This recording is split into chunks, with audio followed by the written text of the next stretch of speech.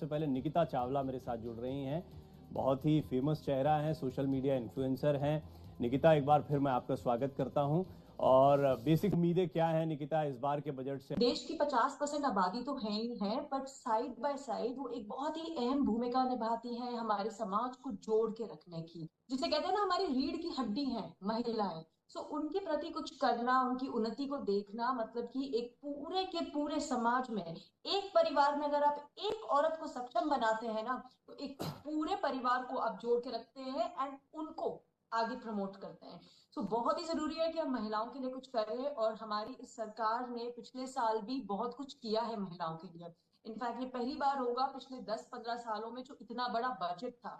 300 करोड़ का एलोकेशन हुआ था जस्ट विमेन एम्पावरमेंट के लिए। ये बहुत बड़ी बात है। सो हम लोग कर रहे हैं, हम योजनाएं बना रहे हैं, स्कीमें बना रहे हैं, बट हाँ जी, कुछ अपेक्षाएं हैं। लॉज है, फाइनेंसिस कैसे देखने हैं, यस बैंकिंग कैसे यस करनी है, यस। ऊपर से जीएसटी इतना कॉम्प्लिकेटेड है। तो कुछ चीजें अगर आसान हो जाए सरकार की तरफ से, या कुछ नॉलेज इज पावर अगर हमें सिखाया जाए, या कुछ सिखाने के लिए आगे कुछ चीज की जाए, तो औरतें सक्षम हो जाएंगी। अगर हम चाहते हैं कि महिलाएं कंट्रीब्यूट करें, एक योगदान दें हमारी जीडीपी को बढ़ाने के लिए, तो हमें पहले उनके लिए एक कदम उठाना होगा। ये चीज समझनी बहुत जरूरी है, बिकॉज कईयों को लगता है कि क्यों करें महिलाओं के लिए। कोई अगर हम रिटायरमेंट का प्लान बना रहे हो, एजुकेशन के लिए कोई लोन ले रहे हो, तो उसमें भी हमें कुछ एग्जेम्पशंस मिले। सो हमें ये चीजें चाहिए, ये जरूरी है। जी। रसोई का जो बजट आजकल बिगड़ गया है, आप देखिएगा, इन्फ्लेशन इतनी हो गई है, सब्जियां इतनी महंगी हो गई हैं, दाल चावल आटा चीनी हर चीज का जो भाव तोल है, उससे पूरे घर का जो बजट बिगड़ गया है। तो उससे बहुत नुकसान हुआ है, बहुत तकलीफ हुई है महिलाओं को। उन्हें सेंट्रल गवर्नमेंट की स्कीम है कि डायरेक्ट कैश ट्रांसफर हो सकता है, अगर उस पर कुछ काम किया जाए। जो अभी महिला समान सेविंग सर्टिफिकेट की जो स्कीम थी, जो 3 में हमने लॉन्च की थी, और उसमें कोई एक नाबालिग लड़की भी भाग ले सकती थी 2025 तक, मार्च तक।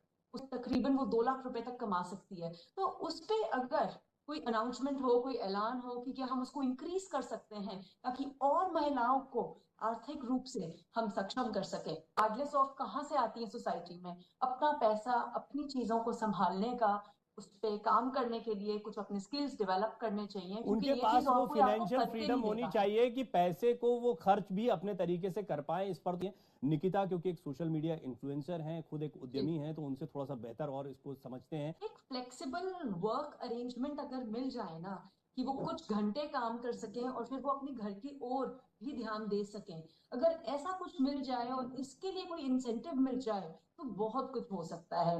औरतें फिर वर्कफोर्स ज्वाइन करने में सोचेंगी नहीं। सो इंसेंटिव चाहिए ऑन्टरप्रेन्योरशिप में। जैसे लास्ट ईयर हमने एंजल टैक्स हटा दिया था।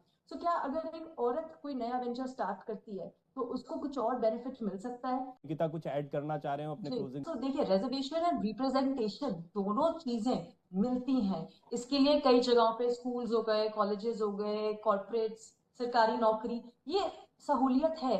लेकिन औरतों को एक मेंटरशिप मिलती है, बट एक स्पॉन्सरशिप चाहिए। ऐसे लोग चाहिए जो उनको आगे बढ़ावा दें और बोले। एक होता है कि इसको बोलना कि हाँ जी, हम आपको काम सिखाएंगे, एक होता है हम आपको काम दिलाएंगे।